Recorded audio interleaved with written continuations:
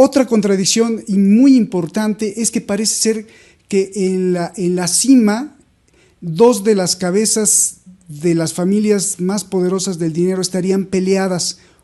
Te pregunto, George Soros en Davos dice, derroten a Putin porque si no, la civilización incluso se va a desaparecer. O sea, grave. Pero por el otro lado, Kissinger dice, no, pues mejor ya repártanse el territorio, ¿no? O sea, lo deja entrever. Es una contradicción entre Soros y Kissinger en el mismo foro de Davos, en donde está la élite mundial.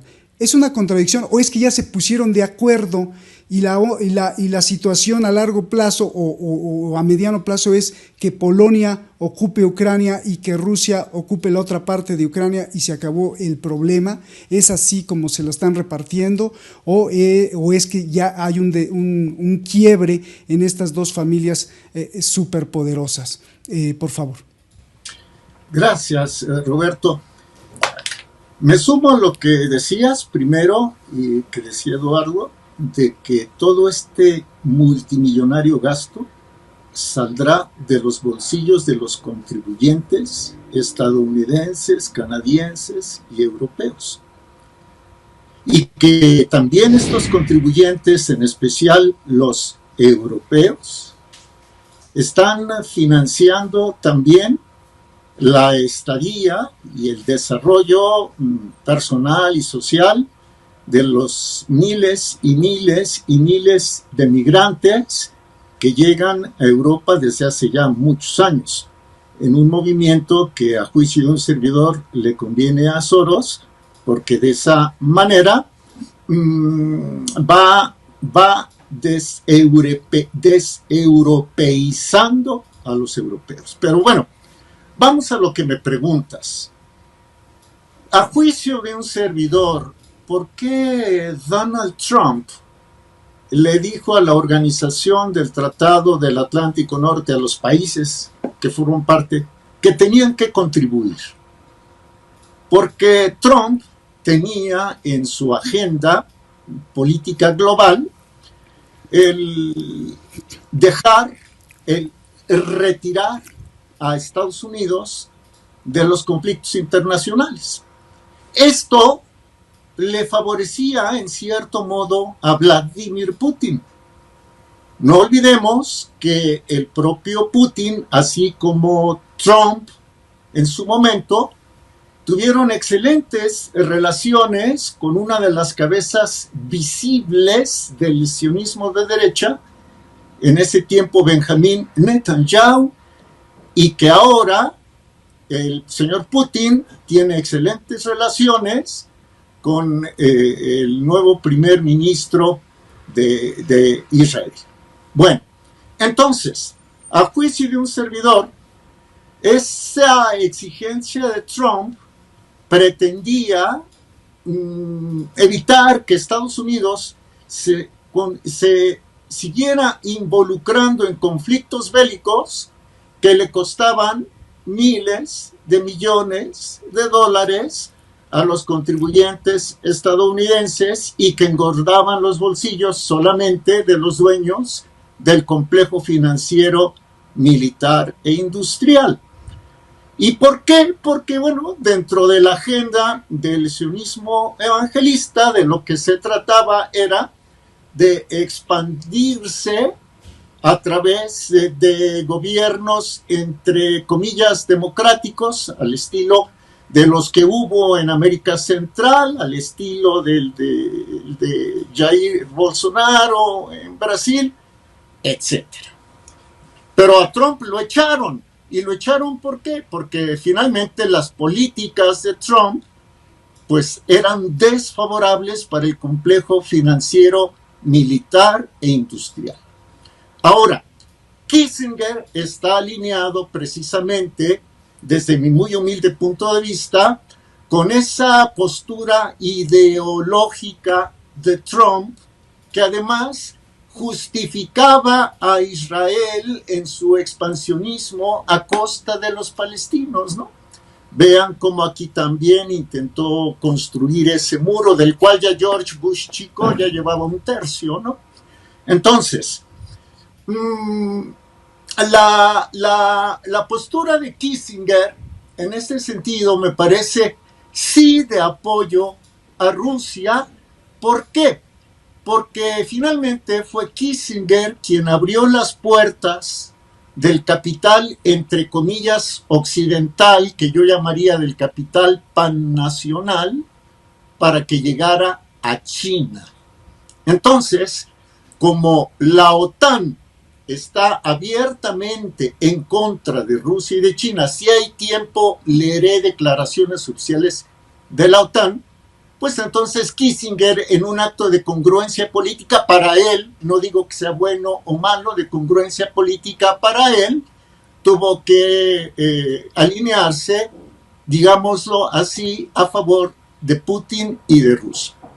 Pero, por el otro lado está el sionismo de izquierda, el que pretende mantener el actual modelo unipolar, donde las corporaciones están por encima de los gobiernos y donde los gobiernos fungen como meros contratistas para poder financiar guerras aquí, guerras allá y guerras más allá. Si tú te das cuenta, perdón por decirlo así, si ustedes lo aprecian de esta manera, Trump quería más gobierno y menos corporaciones. Se trataba de congraciar con la clase media y con la clase trabajadora de Estados Unidos. Y, en cambio, Biden quiere menos gobierno y más corporaciones. Entonces, lo que estamos viendo hoy, y con esto concluyo, es que el modelo globalista del sionismo de izquierda reconoce que ha tenido un fracaso, aunque sea parcial, en cuanto a la imposición de sanciones a Rusia, porque no han doblegado a Rusia.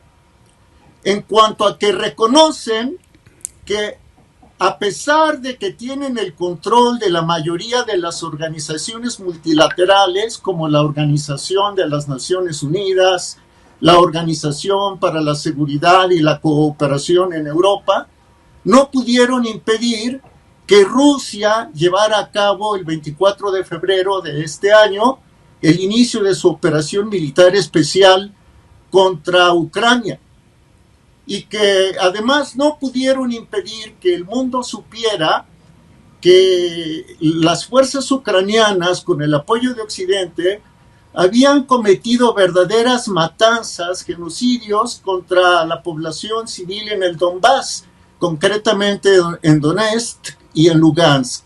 Entonces, aunque tienen el control del complejo militar industrial, del financiero, del económico, del derecho internacional, finalmente no pudieron subordinar a Putin.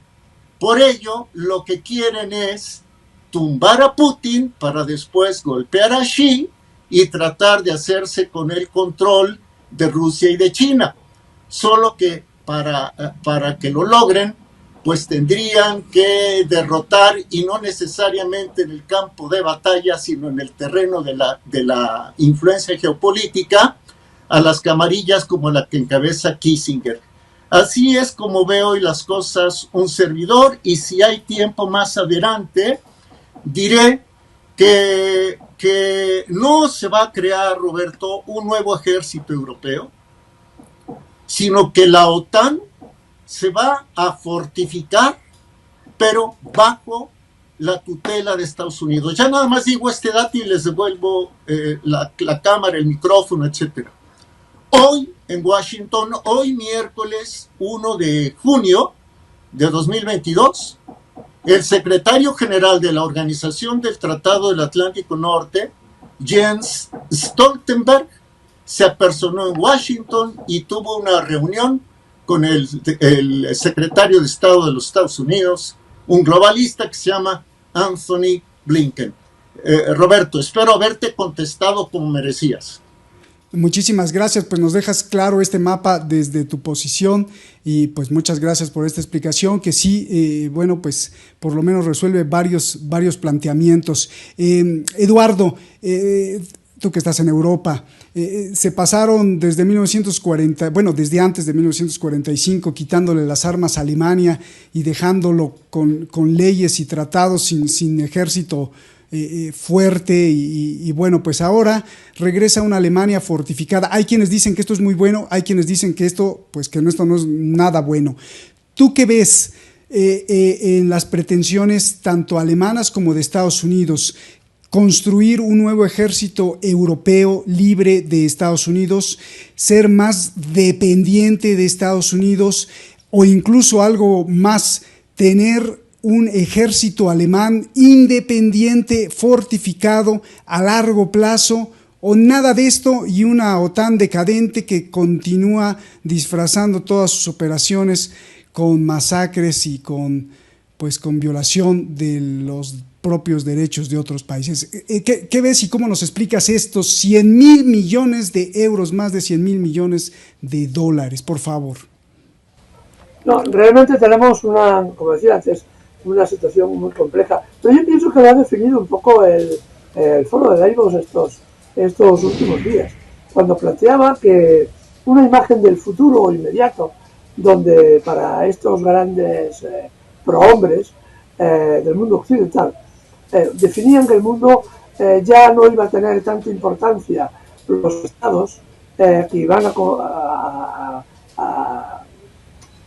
a generar una nueva transformación donde las corporaciones internacionales serían las que tomaran realmente el control político, económico y social de las sociedades. Para los estados se les reserva, como bien decíais, se les reserva la faena, digamos, de preparar a la población, engañar a la población para crear un espacio psicológico donde las poblaciones aporten los hombres y las mujeres a los ejércitos para que las grandes corporaciones puedan hacer sus grandes negocios, ¿no?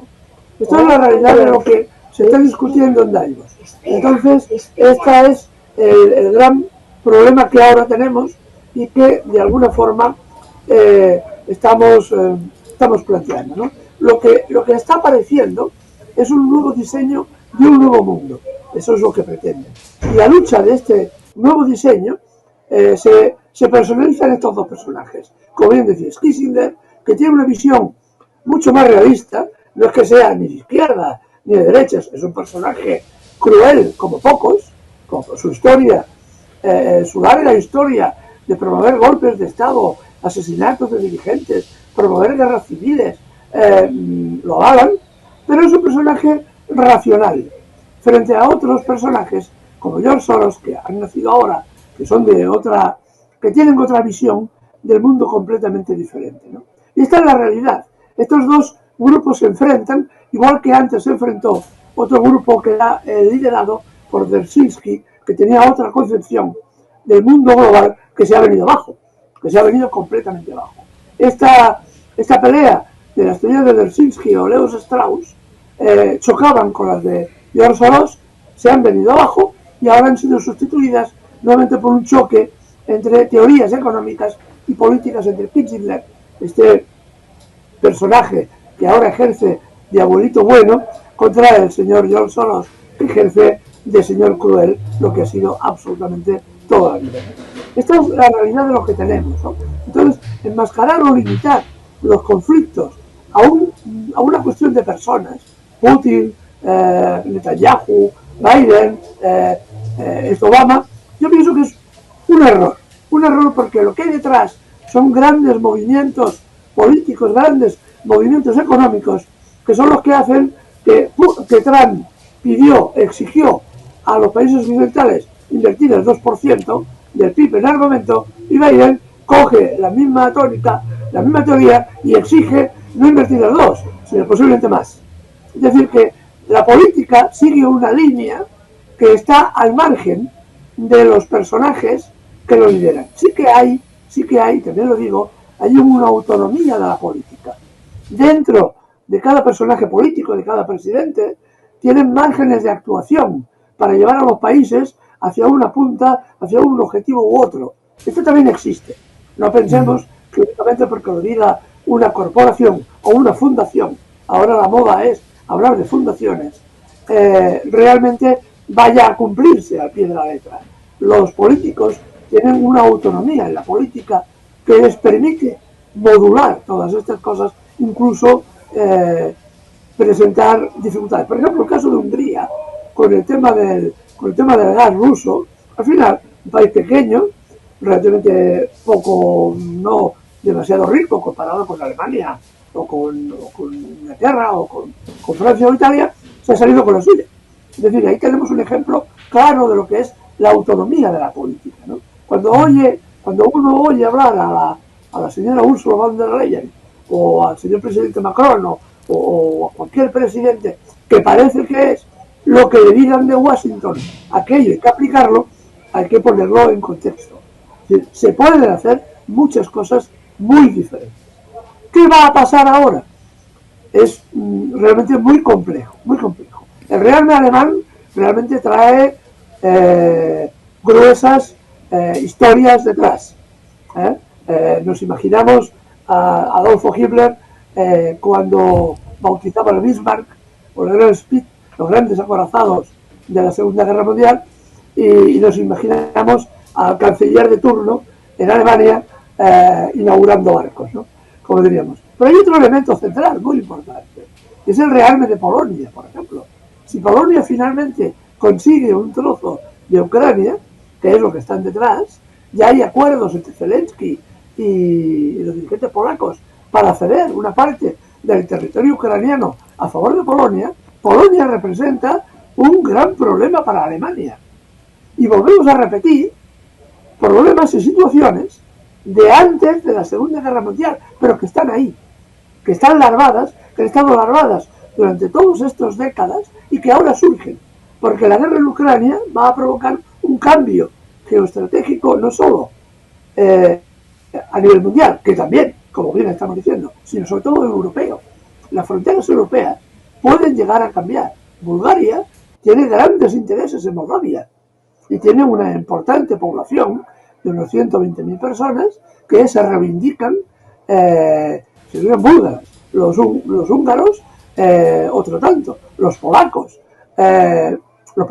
han llegado a reivindicar, militares polacos han llegado a reivindicar el saliente de Kaliningrado, que es ruso, por los acuerdos de la Segunda Guerra Mundial del año 45. Así que tenemos un espacio donde todo se mueve y de que es difícil ahora mismo predecir exactamente la evolución del conflicto, pero que es, ya digo, en extremo preocupante. La imagen, el sueño, la pesadilla de ver a Alemania nuevamente fabricando tanques y fabricando aviones y fabricando barcos de guerra es la peor de las pesadillas que podrían tener los dirigentes europeos, pero que hoy en día parece que están en otro mundo. No sabemos bien ni lo que piensan, ni lo que quieren, y si son capaces de pensar por sí mismos o se limitan a obedecer las órdenes que vienen de Washington. Pues Eduardo y Jorge, ¿qué mapas complementarios y extraordinarios nos dan para ir punteando e hilvanando y uniendo y entendiendo los puntos? Esta mención del foro de Davos es muy importante, ustedes la hacen los dos. A mí me da también terror que mandaron al de Alibaba de China para decir que la propuesta siguiente es rastrearnos la huella de carbón en nosotros mismos, en cada persona, y las cosas sí se ponen, como dices, Eduardo, la corporación, y como dices, Jorge, la corporación mandando arriba de cualquier político, no importa de dónde sea ni la persona que sea, sino que es ese movimiento como de ola corporativa. Eduardo, regreso contigo para la conclusión, ya nos vamos, voy contigo, Jorge, con la conclusión. Vamos a ver con Putin, vamos a hablar de Putin. Putin le dice, ante todo esto que estamos hablando ahora, les dice en su cara, bueno, por llamada telefónica o videoconferencia, a Scholz, al canciller alemán, y a Macron, al presidente de Francia, les dice: están jugando muy, muy, muy peligrosamente. Se lo acaba de decir Putin a los dos, al de Francia y al de Alemania. Y entonces el de Francia y el de Alemania le contestan: bueno, pues entonces para la guerra ponte a dialogar con Zelensky. Conclusión: ¿qué va a pasar con estos dos datos reales?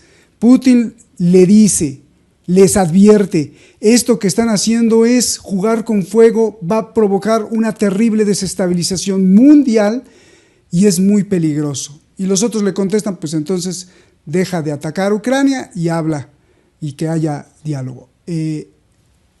Conclusión, Jorge. O sea, ya te puse A más B igual a... Bueno, sí.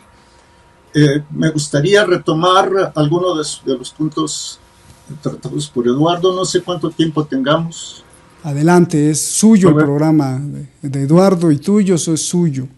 Muchas gracias. Me pareció muy interesante el planteamiento de Eduardo sobre el empoderamiento de Polonia.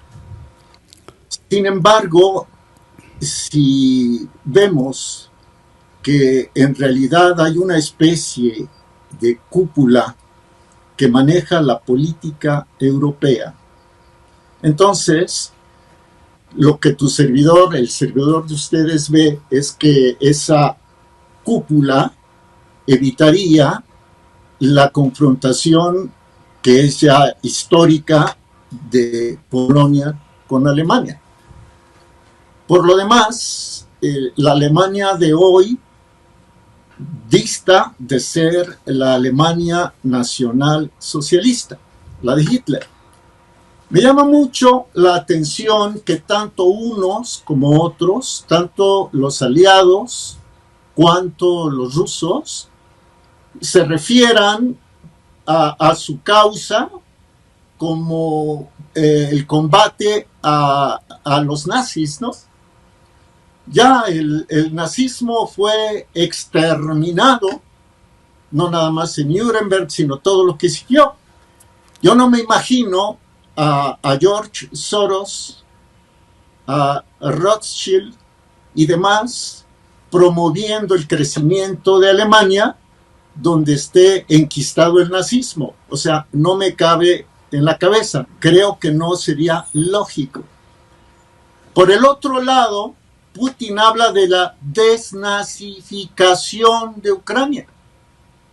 Pero el presidente de Ucrania es un militante, es una persona de origen judío. Y entonces, ¿acaso es pro-nazi el presidente Zelensky? Lo que veo en realidad, Roberto, Eduardo, es lo siguiente, y está sujeto, por supuesto, a debatir y a que se den otros puntos de vista, que es lo que enriquece el conocimiento, siempre lo he dicho. ¿Por qué se le da a Alemania la posibilidad de rearmarse como nunca y de asistir por primera vez después de la Segunda Guerra Mundial, de asistir militarmente a un país europeo como Ucrania, que está enfrentado contra una potencia nuclear? Nunca antes se le había dado el permiso a Alemania. Nunca antes. Ahora sí. ¿Por qué?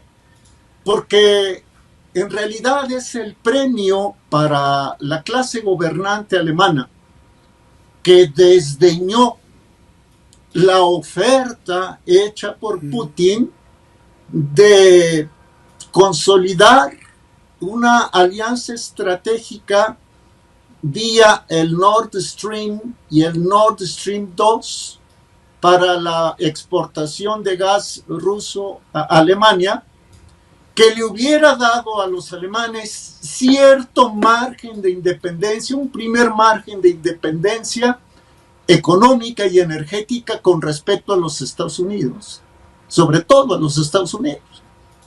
Como Scholz dijo no al Nord Stream 2, ahora desde mi muy humilde punto de vista el premio es, bueno, ahí tienes, vas a poder invertir $100,000 millones, el 2% de tu Producto Interno Bruto, eso sin tomar en cuenta las triangulaciones que explicó muy bien Eduardo, que se pudieran hacer para el rearme alemán. Ahora, si Alemania se constituye en la primera potencia militar europea, veo complicado que Polonia intente hacer algún ajuste de cuentas. En realidad, yo vería que si Polonia se vuelve una potencia militar de segundo o de primer orden, la amenaza sería más bien para Rusia, porque los misiles que la OTAN, los misiles nucleares de corto y mediano alcance, que la OTAN no ha podido instalar en Ucrania, sí los puede poner fácilmente en Polonia. Y con esto concluyo. Yo les sugiero a nuestros amigos del público leer el comunicado que está en la página de la OTAN, nato.int, nato.int, que da cuenta de lo que oficialmente se puede saber, de lo que le dijo el secretario general de la Organización del Tratado del Atlántico Norte, Jens Stoltenberg, al secretario de Estado Blinken, que resumo nada más con unas cuantas palabras. Afirmó Stoltenberg que el fuerte apoyo de la OTAN y los aliados a Ucrania ayuda a garantizar que la agresión del presidente Putin no sea recompensada y que Ucrania prevalezca. Pero también dijo Stoltenberg que mucha de la fuerza de la OTAN depende de los Estados Unidos. Entonces ahí ya tenemos un desdoblamiento de Estados Unidos mediante la OTAN, lo cual creo yo que va en contra de la hipótesis de que Europa esté construyendo un ejército propio, paralelo o en contra de la OTAN. Y por último, en el 29 y 30 de junio, en Madrid, se va a llevar a cabo la nueva cumbre de la Organización del Tratado del Atlántico Norte. Esta cumbre, que fue planteada en la reunión del 14 de junio de 2021, esta cumbre de Madrid, Roberto, Eduardo, tratará 9 puntos. No puedo desglosar los 9 por razones de tiempo. Los enumero y haré énfasis en uno o en dos. La propuesta 1 es mejorar la consulta y coordinación política para que sea más profunda entre los miembros de la OTAN. Propuesta 2, disuasión y defensa reforzadas. Propuesta 3, resiliencia mejorada. Propuesta 4, me gustaría allí hacer énfasis, preservar la ventaja tecnológica de la OTAN. Propuesta 5, defender el orden internacional basado en reglas. ¿Y cuáles reglas? Las de la OTAN, etc. Propuesta 6, impulsar la capacitación y el desarrollo de capacidades. Propuesta 7, esto sería fascinante poderlo tratar, combatir y adaptarse al cambio climático. La monitorización, se dice el monitoreo. Bueno, propuesta 8, el próximo concepto estratégico de la OTAN. Y propuesta 9, invertir en la OTAN. Muy rápido, Roberto, por favor. En la propuesta 2, de disuasión y defensa reforzadas, el documento está en la página de la Organización del Tratado del Atlántico Norte. El documento es What the NATO 2030. ¿Qué es la NATO? ¿Qué es la OTAN 2030? En el punto 2 dice, se trata de continuar con el objetivo de cumplir con la directriz acordada por la OTAN de gastar el 2% del PIB en defensa, pero escuchen esto, por favor, y el 20% del gasto anual de defensa en nuevos equipos importantes para el 2024. El 20%.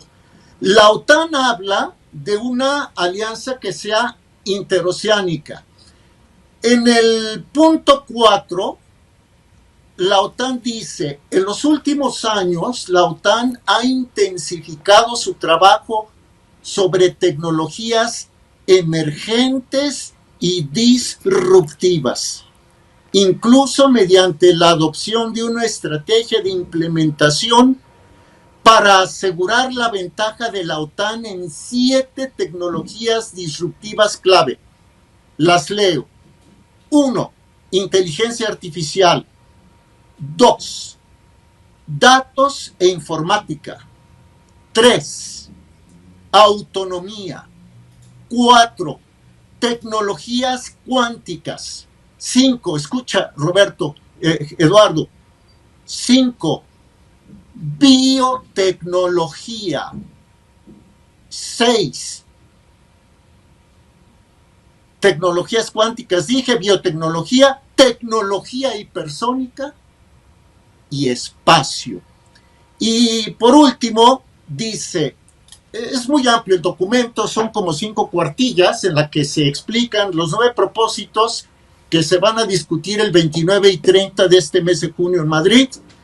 En uno de los puntos, si no me equivoco, en el punto 5, dice, el orden internacional basado en normas que sustentan la seguridad, la libertad y la prosperidad de los aliados está bajo la presión de países autoritarios como Rusia y China que no comparten nuestros valores. Y ya concluyo, ahora sí, en este documento, y me llamó mucho la atención porque lo mencionó Eduardo, en este documento, Roberto, Eduardo, amigos, se habló, la OTAN habla de lo que se va a discutir, es la propuesta de lo que se va a discutir 29 y 30 de junio, de que lleve su área de acción a África y a América Latina, por citar 2 regiones.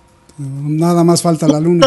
Les puedo dar la dirección electrónica del documento y si no, basta con que busquen qué es la OTAN 2030. El plan que discutirán, hoy es 21, el plan que discutirán el 29 y el 30 de este mes.